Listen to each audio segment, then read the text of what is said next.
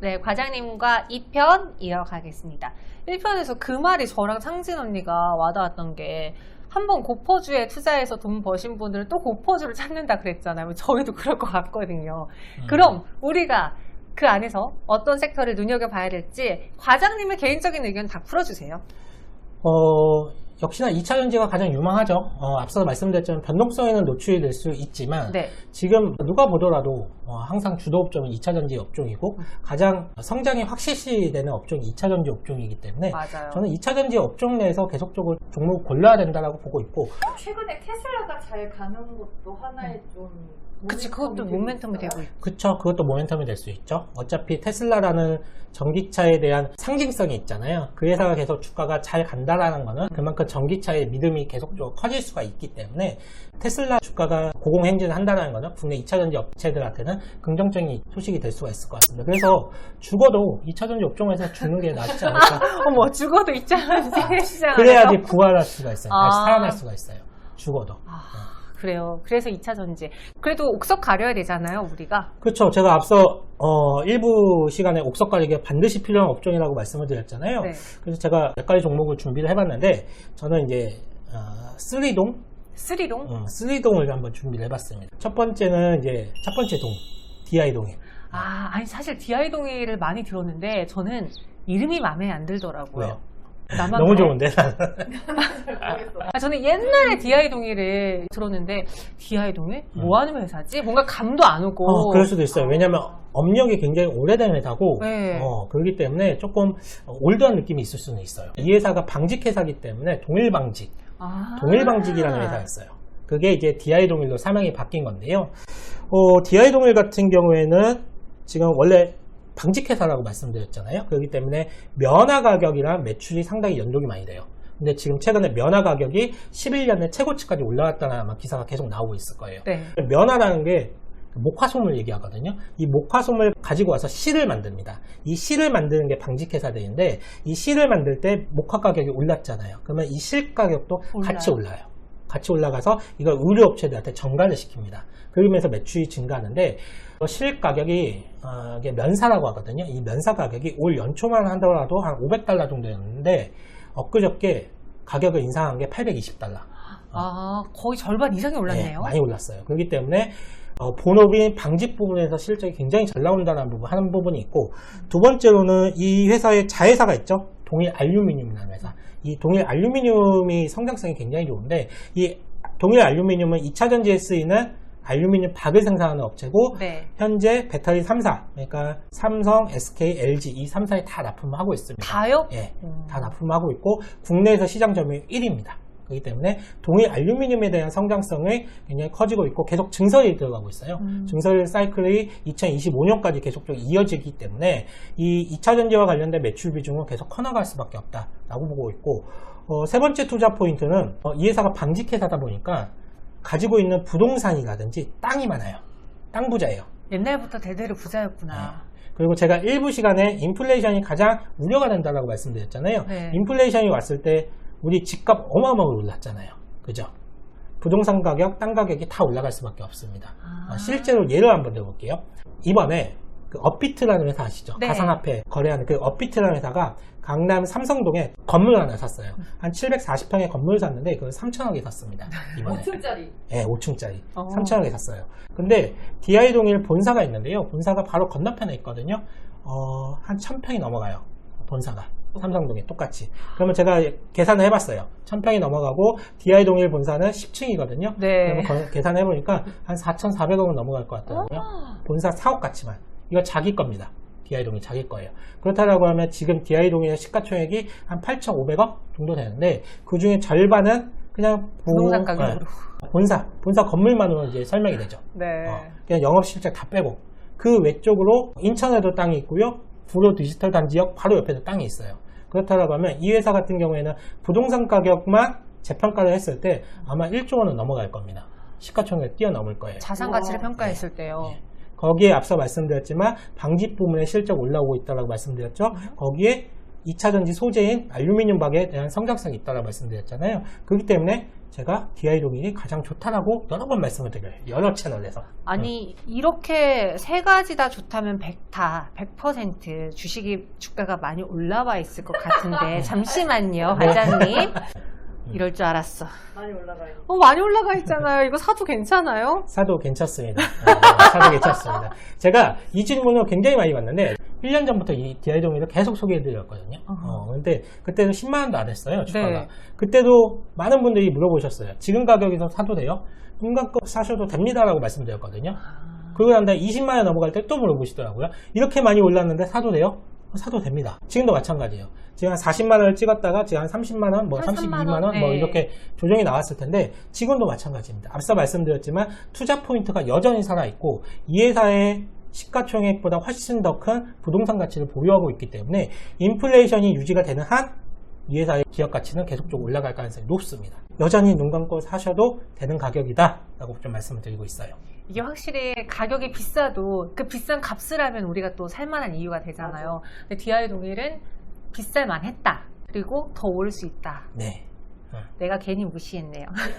아니, 무시해서 올라간 걸 수도 있어요. 제가 안 사면 올라가거든요. 두 번째 동을 한번 만나볼게요. 3동, 3동 중에 두 번째 동은 뭔가요? 두 번째 동은 동원 시스템즈. 동원 시스템즈. 동원 시스템즈도 앞서 말씀드렸던 DI동이라고 어떻게 보면 비슷한 면이 있는데요. 이 회사 같은 경우에도 최근에 많은 변화를 시도하고 있어요. 지금 원래는 식품 포장지로 매우 안정적인 회사였거든요. 매년 한 800억, 900억씩은 따박따박 돈을 버는 회사입니다. 동원 참치, 그 캔, 네. 그걸 만드는 회사라고 보시면 돼요. 아. 거기서 꼬박꼬박 돈을 버는 회사인데 여기서 식품 포장재 라인 4개 중에 2개를 이미 배터리용으로 바꿨습니다. 라인 자체를. 여기도 마찬가지로 알루미늄 박을 생산하겠다라고 이미 사업을 진출을 해놓은 상태이고요. 국내 셀업체한테 인증을 받고 있고 테스트를 지금 진행 중에 있습니다. 내년부터 매출이 시작이 될 텐데 그렇다고 하면 동원 시스템즈 역시도 내년부터 증설 사이클에 들어가게 돼요. 그래서 이 부분이 투자 포인트가 하나가 있을 것 같고요. 두 번째는 동원 시스템즈 같은 경우에는 알루미늄 박 사업만 하는 게 아니라 최근에 또 배터리 캔 사업까지도 진출을 했습니다. 그러니까 참치 캔, 배터리 캔 네. 비슷해요. 네. 거기도 이제 사업을 진출을 했고 세 번째 아이템도 지금 지금 준비 중에 있는데 원래 일본 업체들이 독점했던 배터리 파우치 셀 소재가 있거든요. 그러니까 배터리 파우치 소재가 있는데 이게 몇 년 전에 일본이 수출 제한을 걸었을 때 국내 배터리 업체들이 벌벌 떨었던 소재가 바로 파우치 소재거든요. 이게 거의 다 일본한테 의존하고 있어요. 지금도 대부분은 일본한테 의존하고 있거든요. 일본의 DMP라든지 휴아덴코 이런 회사들한테 의존하고 있는데 여기에 지금 진출을 해서 조만간 가시적인 성과가 나올 것 같습니다. 그렇다고 하면 동원 시스템즈 같은 경우에는 알루미늄 박 있죠. 그리고 배터리 캔 있죠. 거기에 파우치 셀 소재 있죠. 이 세 가지 삼박자가 이루어지면서 내년부터 매출이 굉장히 좀 빠르게 2차전지 관련된 매출이 빠르게 증가할 거라고 보고 있는데 아직 2차전지와 관련된 성장성이라든지 밸류에이션이 전혀 가격에 반영이 안 되어 있어요. 그렇기 때문에 동원 시스템즈 같은 경우에는 정말 제가 볼 때는 그 일본에서 독점하고 있다는 그 파우치 소재 있잖아요. 그게 정말 된다라고 했을 때 대박이 날 겁니다. 이 회사는. 그러니까 약간 지금까지는 식품 포장 기업으로서 평가를 받고 있다면 평가의 기준이 달라져야 한다는 거네요. 그렇죠. 회사가 완전 바뀌고 있어요. 지금. 4개 라인 중에 2개 바꾼 거면 이제 거의 반을 그쪽으로 이제 바꾼다는 거예요. 결단을 한 거죠. 회사 측에서도 언제까지 우리가 참치캔만 만들 것이냐 라고 하다가 네. 근데 좀 있어 보이긴 해요. 네, 배터리 캔을 한번 만들어 보자. 네. 그래가지고 지금 사업을 대대적으로 좀 전환을 하고 있습니다. 동원 시스템즈 역시도 안정적인 매출 그리고 캐시카우를 꼬박꼬박 깔고 가는 회사이기 때문에 저는 굉장히 중요한 회사고 앞으로 성장성이 굉장히 커질 수 있는 회사다라고 보고 있어요. 여기까지 들어보니까 확실히 과장님이 한결같으시네요. 약간 그 포인트도 어떤 종목들을 좋아하는지 그죠? 알겠어요. 본업에서 실적이 나오고 있고 네. 거기에 2차전지와 관련된 성장성이 붙는 회사들 그런 회사들 좋아합니다. 고인물 말고 약간 뭔가 변화를 따르는 그런 회사를 좋아하시는데 그러면 세 번째 동도, 3동도 그런 건가요? 맞습니다. 세 번째 동은 동진세미캠. 동진세미캠. 이 회사도 굉장히 좀 변화를 좀 시도를 하고 있고 네. 굉장히 좋은 회사인데 다만 앞서 말씀드렸던 DI동이라고 동원 시스템즈하고 조금 결이 달라요. 어떻게 다르냐? DI동이라고 동원 시스템즈 같은 경우에는 주 고객사가 국내 배터리 3사입니다. 뭐 삼성, SK, LG 이런 국내 배터리 3사라고 한다라고 하면 동진 세미캠 같은 경우에는 고객사가 스웨덴의 노스볼트예요. 현재 유럽 내에서 노스볼트가 가장 공격적인 투자를 진행 중에 있거든요. 최근에 기사가 나온 걸 보니까 노스볼트가 지금 완성차 업체들로부터 수주를 받은 금액이 30조 원이 넘어간다고 해요. 이미 받은 수주액이. 근데 노스볼트는 아직 공장이 지어지지 않았어요. 공장이 지어지지 않았는데 네. 수주만 벌써 30조 원을 받은 거예요. 뭘 믿고요? 그게 왜 그러냐면 유럽 완성차 업체들은 지금 자존심에 스크래치가 났어요. 왜냐면 자동차 하면 그 유럽의 독일 자동차들이 그렇죠. 굉장히 유명하잖아요. 네. 자존심이 굉장히 컸는데 전기차 시대로 가게 된다고 하면 누가 봐도 갑과 을의 관계가 바뀝니다. 갑은 배터리 회사들이 가져갈 수밖에 없어요. 왜냐하면 자동차의 성능이 배터리에서 결정이 될 거기 때문에 유럽의 완성차 업체들 같은 경우에는 쉽게 갑이 말해서 못 되네요. 네, 갑이 못 되고 똥줄이 타는 거죠. 똥줄이 타기 때문에 유럽 내에 배터리 회사 하나쯤은 있어야 되겠다라고 해서 만든 회사가 노스볼트입니다. 그러면서 노스볼트한테 밀어주고 있죠, 현재는. 그렇기 때문에 노스볼트한테 30조 원이 넘는 수주 금액이 몰려들고 있고, 노스볼트는 올해 연말이면 공장이 완공이 되고요. 이제부터 시운전이 들어가게 될 거고, 동진세미캠은 이 노스볼트한테 응급제를 공급하기로 되어 있습니다. 이미 10년 동안 장기 공급 계약이 되어 있어요. 그렇기 때문에 내년부터 동진세미캠 같은 경우에도 2차전지와 관련 매출이 나오기 시작을 할 건데, 동진세미캠은 지금까지 반도체 소재 회사로서 굉장히 유명했잖아요. 맞아요. 포토레지스트. 맞아요. 포토레지스트. 2차전지와 관련된 매출은 전혀 없었거든요. 내년부터 이제 본격적으로 나오기 시작을 할 겁니다. 어느 향으로? 노스볼트 향으로. 그렇기 때문에 없었던 매출이 나온다는 것은 동진세미캠한테 멀티플을 올릴 수 있는 요소가 될 것 같고, 동진세미캠은 말씀하셨지만 포토레지스트와 관련해서는 굉장히 우리나라에서 가장 앞서 있는 회사입니다. EUV 전용 포토레지스트를 개발하고 있고, 지금 제가 알기로는 삼성전자로부터 테스트가 지금 진행 중인 걸로 알고 있어요. 이게 4분기 내로 테스트 결과가 나온다라고 좀 알고 있고, 그게 양산화 직전 단계까지 수율이 올라온 걸로 알고 있거든요. 그렇다고 하면 내년부터 삼성전자 역시도 메모리, 비메모리 전 분야에 EUV 적용을 확대하려고 하고 있기 때문에, 그렇다고 하면 EUV용 포토레지스트의 쓰임새가 굉장히 중요해질 것 같아요. 거기서 가장 앞서 있는 게 동진세미캠이기 때문에 동진세미캠은 포토레지스트도 좋고, 그리고 응급제 쪽으로도 굉장히 좋기 때문에 저는 이 회사 한번 주목을 해보셨으면 좋을 것 같아요.